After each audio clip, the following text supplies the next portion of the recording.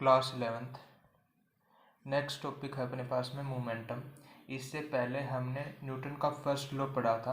अब हम मोमेंटम के बारे में जानते हैं। देखो, momentum of a body is defined to be the product of its mass m and velocity v and it is denoted by p, small p से डिनोट किया जाता है इसको। तो क्या हो गया अपने पास में, मोमेंटम को हम किस तरीके से लिख सकते हैं, that is m into v. ठीक है, ये हो गया हमारे पास में मोमेंटम।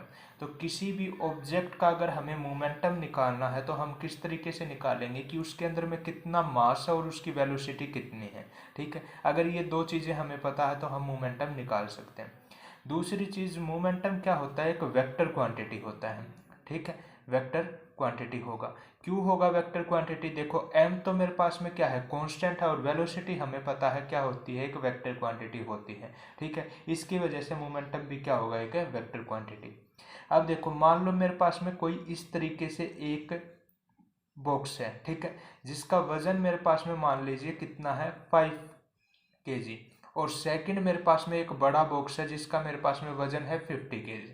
ठीक है, तो इसके लिए मुझे मोमेंटम के लिए और इसके मोमेंटम के लिए, दोनों को अगर मुझे क्या करना हो, हिलाना हो, फोर्स एग्जर्ट करना हो, तो जाहिर सी बात है इस बॉडी के ऊपर मुझे फोर्स कम लगाना पड़ेगा और इस बॉडी के ऊपर क्या लगाना पड़ेगा, ज़्यादा फोर्स लगाना पड़ेगा।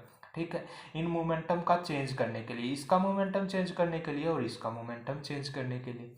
दूसरी चीज़, आपने इसका प्रैक्टिकल एग्जांपल देखा होगा कि जब क्रिकेटर होते हैं और एक बॉल आ रही होती है बहुत हाई से, ठीक है, बहुत ऊंची स्पीड से बॉल इस तरीके से आ रही है, ठीक है, मान लीजिए ऐसे ऐसे बॉल आ रही है, और यहाँ पे जब वो क्रिकेटर अपने हैंड के अंदर में इसको कैच करता है, ठीक है, तो वो क्या करता है, अपने हाथ को नीचे की तरफ में खींच लेता है ताकि इसका मोमेंटम क्या कर ले, वो कम कर ले और उसके हाथों में लगे ना। ठीक है, इसी के बेस के ऊपर अपने पास में कौन है, सेकंड लॉ ऑफ मोशन।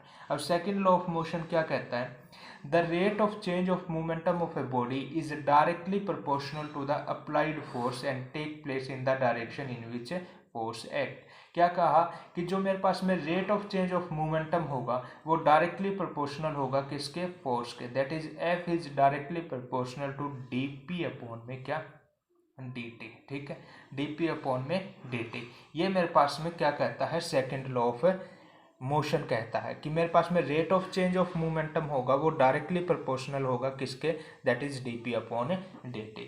ठीक है, अब इस डायरेक्टली प्रोपोर्शनल के साइन को हटाने के लिए लेट अस अज्यूम हम लिख लेते हैं इसको, F is equal to k d p upon d t, where k क्या है, एनी कॉन्स्टेंट। ठीक है, एक कॉन्स्टेंट है।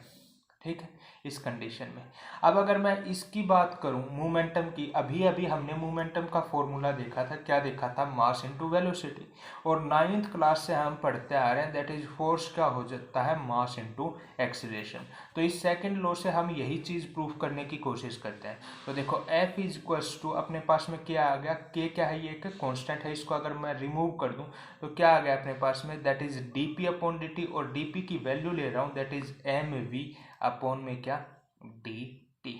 ठीक है, अब आगे m कांस्टेंट है, इसको बाहर ले आए, ठीक है, दैट इज m बाहर आ गया और मेरे पास में क्या बच गया, dv अपॉन में dt।